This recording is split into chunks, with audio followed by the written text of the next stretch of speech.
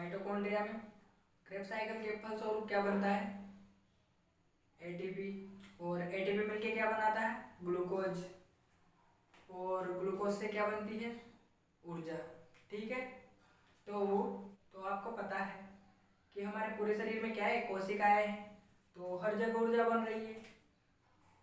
तो अब इसका मतलब ऊर्जा का ट्रांसफर होना भी जरूरी है, क्योंकि ऐसा तो नहीं है कि हमारे सारे अंगों को एक जैसी ऊर्जा की जरूरत हो, क्योंकि सभी अंगों को अलग अलग ऊर्जा की जरूरत होती है। जैसे हम पढ़ रहे हैं तो हमें कहाँ कहाँ पर जरूरत है ऊर्जा की? एक तो ब्रेन में, और एक जो है जीभ के लिए। बाकी शरीर में तो हमें ऊर्जा की जरूरत नहीं है ना, वो नहीं है। जैसे कोई धावक है, दौड़ रहा है, कोई आर्मी वगैरह की भर्ती की तैयारी कर रहा है, फौज वगैरह की, तो उसको कहाँ पे होगी सबसे ज़्यादा ऊर्जा की ज़रूरत? पैरों में। जैसे कोई महिला है, खाना बना रही है, जो रोटी बेलती है, तो उसको ऊर्जा की जरूरत कहाँ होती है? हाथों में। तो बताइए, हमें ऊर्जा की ट्रांसफर की जरूरत है या नहीं है? क्योंकि ऊर्जा को यहाँ से वहाँ, वहाँ से यहाँ, और जहाँ पे हमारी जरूरत है वहाँ पर ऊर्जा को ट्रांसफर करो। और हमें क्या है, सुबह से शाम तक हम बातें वगैरह करते हैं, कुछ भी काम करते हैं, तो हमें जीभ की जरूरत होती है।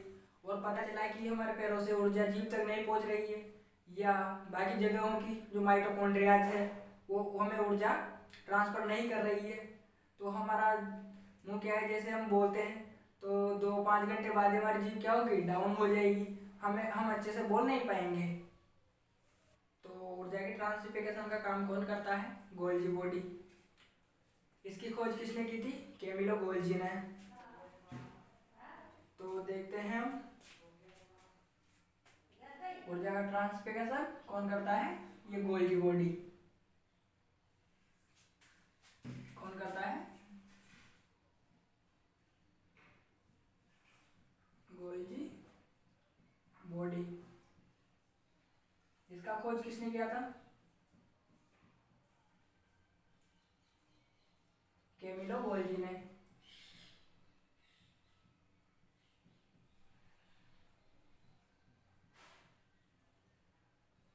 Camillo Golgi.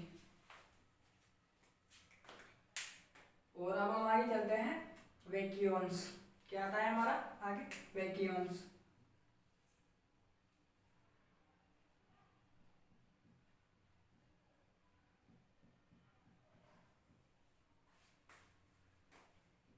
तो देखिए, हमारे शरीर में क्या है? 65% जल है। क्या है? 65% जल। अब हम इसे, और हमें दिन भर में 6 से 8 लीटर पानी पीना चाहिए, लेकिन हम सीधा पानी नहीं पीते हैं, इसे कहीं फॉर्म में पीते हैं। जैसे हम चावल खाते हैं, और जैसे हम दाल पीते हैं तो उसमें भी पानी होता है।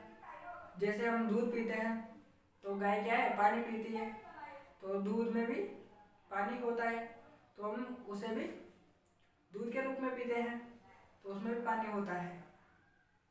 तो इसका ये मतलब नहीं कि हमारे शरीर में 65% जल है तो सीधा ही एक जगह इकट्ठा है या एक जगह पे ही भरा हुआ है, ऐसा नहीं है।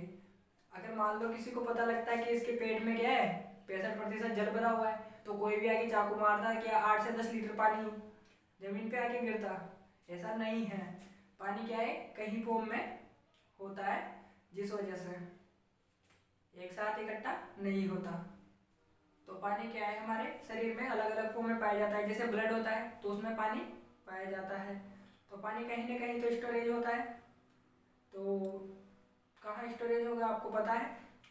किस में होगा? हमारे वैक्यूम्स में। तो हमारे बॉडी में पानी कहाँ स्टोरेज होगा? वैक्यूम्स में, जिसे हम हिंदी में क्या बोलते हैं? रसधानी। क्या बोलेंगे अपन हिंदी में? रसधानी।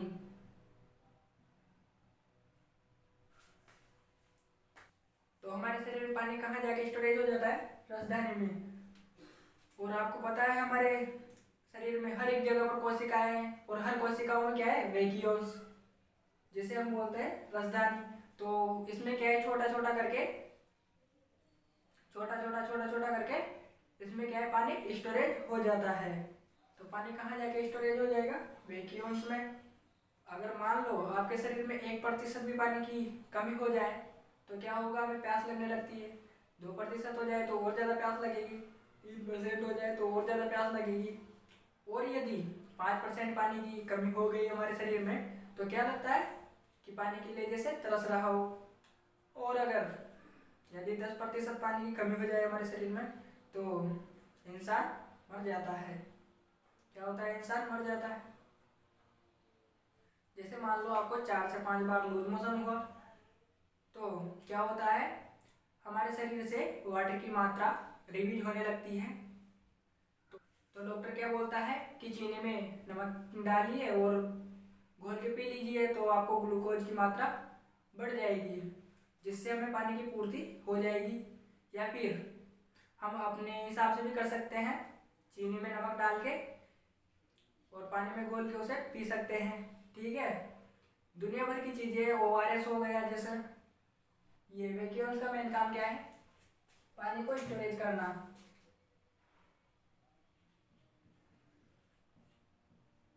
पानी को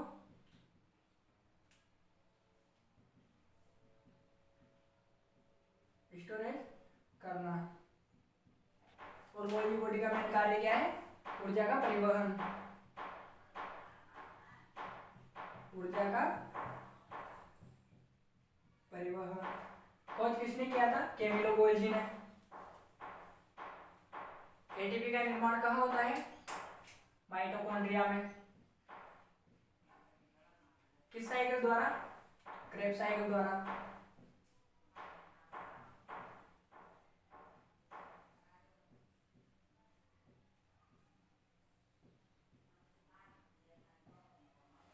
एटीपी का निर्माण किससे होता है, क्रेब्स साइकिल द्वारा। क्रेब्स साइकिल कहाँ चलती है, माइटोकॉन्ड्रिया में। आंतरिक श्वसन का काम कौन करता है, माइटोकॉन्ड्रिया। कौन करता है, माइटोकॉन्ड्रिया। और माइटोकॉन्ड्रिया की आंतरिक दीवार को क्या बोलते हैं, क्रिस्टी। माइटोकॉन्ड्रिया की आंतरिक दीवार को हम क्या बोलेंगे, क्रिस्टी। तो देखिए आपसे क्वेश्चन पूछेगा कि वैक्यूम जो है मानव में पाया जाता है या पेड़ पौधे में पाया जाता है, तो आप क्या बोलोगे, दोनों में पाया जाता है। ज्यादा किस में पाया जाता है या किस में बड़ा होता है, पेड़ पौधों में बड़ा होता है। क्योंकि पेड़ पौधों को क्या है, पानी की ज्यादा आवश्यकता होती है। तो किस में बड़ा पाया जाता है, पेड़ पौधों में। वैक्यूम किस में ज्यादा पाया जाएगा, पेड़ पौधों में। तो अब हम आगे पढ़ेंगे सेंट्रोसोम।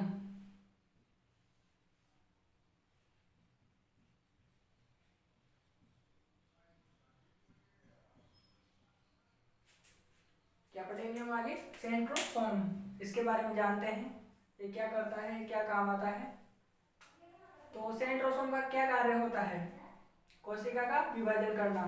क्या कार्य होगा, कोशिका का विभाजन करना, जिसे हम क्या बोलेंगे, सेल डिवीजन। क्या बोलेंगे हम इंग्लिश में, सेल डिवीजन।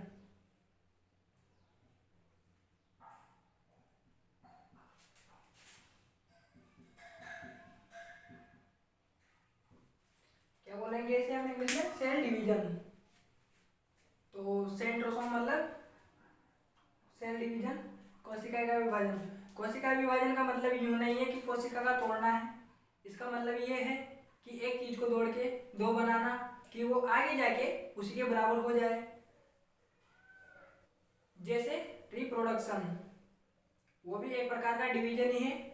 क्या है, सेल डिवीजन, जिसे हम बोलते हैं नियोसिस, अर्धसूत्री विभाजन। क्या बोलते हैं, नियोसिस, अर्धसूत्री विभाजन। जब बच्चा माँ के शरीर से जन्म लेता है तो वो क्या है, छोटा होता है। और आप देखेंगे कि 15 से 20 साल बाद वो क्या है, बराबर का हो जाता है। और आपको पता है कि हमारा शरीर क्या है, माता पिता से भी तो बड़ा ही होगा, क्योंकि तो यही सेल डिवीजन होता है। तो बायोलॉजी में सेल डिवीजन का मतलब तोड़ना नहीं होता, एक चीज को तोड़ के दो चीजों का निर्माण करना होता है जो आगे चल के उसी के बराबर हो सके। तो सेल डिवीजन का काम कौन करता है, सेंट्रोसोम। सबसे तेजी से सेल डिवीजन किस में होता है, सबसे ज्यादा सेल डिवीजन किस में होता है। चलो आप पहले ये जान लो कि जिसमें सबसे ज्यादा सेल डिवीजन होता है ना, तो उसको घाव, उसका जो घाव होता है वो जल्दी बढ़ता है, उसका जो घाव होता है वो बहुत तेजी से बढ़ता है। शुगर की बीमारी में सेल डिवीजन ज्यादा इफेक्टेड नहीं होता है, लेकिन वहाँ घाव की संभावना ज़्यादा बढ़ जाती है। इस वजह से डॉक्टर ऑपरेशन से पहले क्या पूछता है, शुगर की जांच करवाता है या शुगर चेक करवाता है पहले। और किसी में क्या है, ये सेंट्रोसोम बहुत कम काम करता है, तो उसका घाव क्या है, तेजी से नहीं भर पाता। अगर मान लो बड़े व्यक्ति को या बुजुर्ग व्यक्ति को कहीं चोट लग जाए या कट पड़ जाए, तो उसकी चोट क्या है, जल्दी से ठीक नहीं होती, जिसमें सेल डिवीजन कम होता है। और जो बच्चे होते हैं उनमें क्या है, सेल डिवीजन बहुत ही ज़्यादा एक्टिव होता है।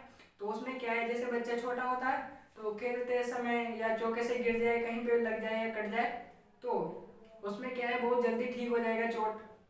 अगर मान लो बच्चे का जैसे हाथ टूट गया, तो ज़्यादा से ज़्यादा लगभग 10 दिन में सही हो जाता है। अगर बुजुर्ग व्यक्ति का हाथ टूट गया या पैर टूट गया, तो वो क्या है, जल्दी से ठीक नहीं हो पाता। लेकिन ये जो कोशिका विभाजन है, ये बहुत ही खतरनाक बीमारी को जन्म देता है, इसका नाम है कैंसर। जिसका नाम है कैंसर। इतनी खतरनाक बीमारी है कि इसका अभी तक कोई ठोस इलाज नहीं मिल पाया है। ये बात अलग है कि शुरुआती स्टेप में इसका पता लग जाता है, तो साइंटिस्टों का कहना है कि ये ठीक हो जाता है। तो ये कोशिका विभाजन क्या होता है, यदि जरूरत से ज़्यादा कोशिका विभाजन हो जाए, जैसे मान लीजिए मेरा लीवर है, अब इसमें किसी ने चाकू मार दिया या किसी से भी चोट लग गई मेरे, तो मेरी क्या है, 100 कोशिकाएं टूट गई हैं। तो इसमें क्या है, जैसे मान लो 80 कोशिकाएं रिकवर हो गई है, या 100 बन गई है, 150 बन गई है, तब भी चलेगा। अगर 200 बन गई तब भी चलेगा। लेकिन अगर मान लो कि 100 कोशिका की बजाय, मतलब जितनी जरूरत है उससे कहीं गुना ये बन जाए, जैसे मान लो 100 कोशिका टूटी मेरी और लाख 1.5 लाख कोशिकाएं बन जाए, तो उस कोशिका को कहाँ रखोगे आप, या फिर कोशिका विभाजन रुक नहीं रहा है तो आप क्या करोगे। इसमें एक इलाज होता है जिसे डॉक्टर करता है, केमियोथेरेपी नामक इलाज होता है इसका, जिसमें डॉक्टर क्या करता है, तो इसे डॉक्टर करता है जिसे डॉक्टर क्या है, काई या गारमेरिज की मदद से अन्य कोशिकाओं को मार देता है। और जब डॉक्टर अन्य कोशिकाओं को मारता है तो इससे हमारा पूरा शरीर क्या है, डिफेक्टेड हो जाता है। और सबसे ज़्यादा डिफेक्टेड क्या होता है, हमारे बाल, जो क्या है, केमोथेरेपी का जब इलाज होता है तो सबसे पहले हमारे बाल झड़ना चालू होते हैं, तो बहुत ही बुरा डिफेक्टेड होता है। तो जब ये सेल डिवीजन होता है तो जरूरत से ज़्यादा कोशिका विभाजन नहीं होना चाहिए। अगर ये ऐसा हुआ तो हमें कैंसर हो जाता है। कैंसर की सबसे ज़्यादा संभावना कहाँ होती है, लीवर में। लेकिन ये क्या है, जैसे कोई चीज़ कट पड़ गई तो ये खुद से ठीक कर लेता है। अगर चोट लग गई लीवर में तो ये क्या है, खुद से ठीक कर लेगा, इसकी यही खासियत होती है। और सबसे कम कैंसर के चांसेस कहाँ होते हैं, सबसे कम ब्रेन में। कभी आपने सुना है कि ब्रेन कैंसर हुआ है, इसमें कैंसर नहीं होता, इस ब्रेन कैंसर नहीं होता, ब्रेन ट्यूमर होता है। देखिए जो हमारा ब्रेन होता है इसमें 2 टाइप के सेल पाए जाते हैं। कौन कौन से, एक तो पाया जाता है न्यूरॉन, एक पाया जाएगा ग्लियल। मैं लिख देता हूँ, ब्रेन, इसमें 2 प्रकार के सेल पाए जाते हैं, एक तो है न्यूरॉन और एक होता है ग्लियल।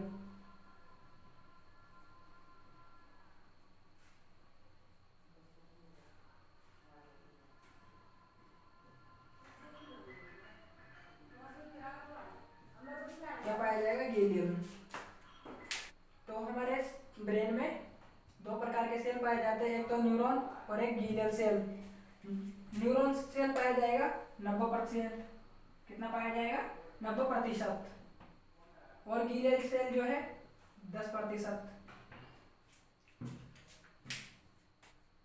और हमारे न्यूरॉन में क्या है, सेंट्रोसोम नहीं पाया जाता है, तो इसमें कोशिका विभाजन नहीं होगा। और जब कोशिका विभाजन होगा ही नहीं तो ये कैंसर से मुक्त रहता है। लेकिन जो गीलियल सेल है इसमें क्या है 10% जो गीलियल सेल है इसमें क्या है सेंट्रोसोम पाया जाता है। तो इसमें क्या है, ये जो 10% गीलियल सेल है इसमें सेंट्रोसोम पाया जाता है, इसमें क्या है सेंट्रोसोम होता है।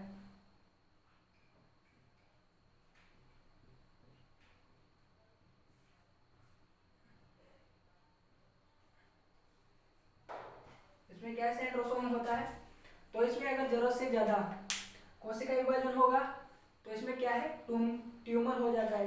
क्या हो जाता है, ब्रेन ट्यूमर, जो क्या है एक ट्यूमर ही इंसान की जान ले लेता है, जिससे आदमी क्या है मर जाता है। तो कोशिका विभाजन कौन करता है, सेंट्रोसोम। पानी को स्टोरेज करने का कार्य ब्रैकियोन्स का, और ऊर्जा का परिवहन गोल्जी बॉडी, और एटीपी का निर्माण ऊर्जा कौन प्रदान करता है, माइटोकॉन्ड्रिया। अब हमारा आता है ईआर, इसका मतलब होता है एंडोप्लाज्मिक रेटिकुलम। इसका नाम क्या होता है, एंडोप्लाज्मिक रेटिकुलम। Endoplasmic reticulum.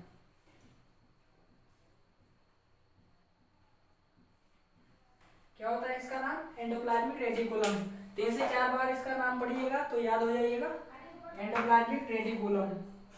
तो इसका क्या कार्य होता है, ये क्या है कोशिका को फैलाकर रखने का कार्य करता है। जैसे मान लो हमारा होल है, ये क्या है पिल्लरों पे टिका हुआ है। अगर इसके पिल्लर को हटा दे तो छत कहाँ पे टिकेगी, कहीं नहीं टिकेगी, हमारे ऊपर आके गिर जाएगी तो हम मर जाएंगे। ऐसे ही क्या होता है, ये एंडोप्लाज्मिक रेटिकुलम है, ये कोशिका को फैला के रखने का कार्य करता है। तो कोशिका को अंदर सपोर्ट कौन देता है, एंडोप्लाज्मिक रेटिकुलम। यदि मान लो कोशिका में एंडोप्लाज्मिक रेटिकुलम नहीं होगा तो क्या होगा, हमारी जो शरीर है गुब्बारे की तरह हो जाएगा, इसका कोई शेप नहीं रहेगा। जैसे मान लो गुब्बारा है, गुब्बारे में पानी भर दिया तो क्या एक जगह टिक पाएगा, एक जगह खड़ा रह पाएगा, नहीं ना, अजीब ही हो जाता है। जैसे हमारी छत में पिल्लर लगाए जाते हैं वैसे ही ये एक पिल्लर का कार्य करता है। तो कोशिका का पिल्लर किसे बोलते हैं हम, एंडोप्लाज्मिक रेटिकुलम को। हमारे शरीर में पिल्लर होते हैं या नहीं होते, होते हैं। कितने होते हैं, 206, जिसे हम हमारी सामान्य भाषा में क्या बोलते हैं, हड्डियां। जैसे आपको पता है हमारे पेट में क्या है, हड्डी नहीं होती, तो कोई जो मोटा होता है तो उसका पेट कैसे लटका रहता है साइडों में। तो कोशिका का कंकाल किसे बोलते हैं, एंडोप्लाज्मिक रेटिकुलम, कोशिका कंकाल।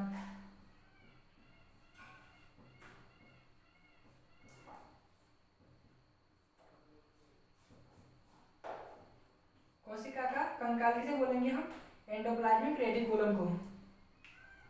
कोशिका को अंदर से सपोर्ट कौन देता है, एंडोप्लाज्मिक रेटिकुलम। ऊर्जा का निर्माण कहाँ होगा, माइटोकॉन्ड्रिया में है। ऊर्जा का परिवहन गोल्जी बॉडी। पानी का स्टोरेज कहाँ होता है, वैक्यूल्स में। और कोशिका डिवीजन सेंट्रोसोम।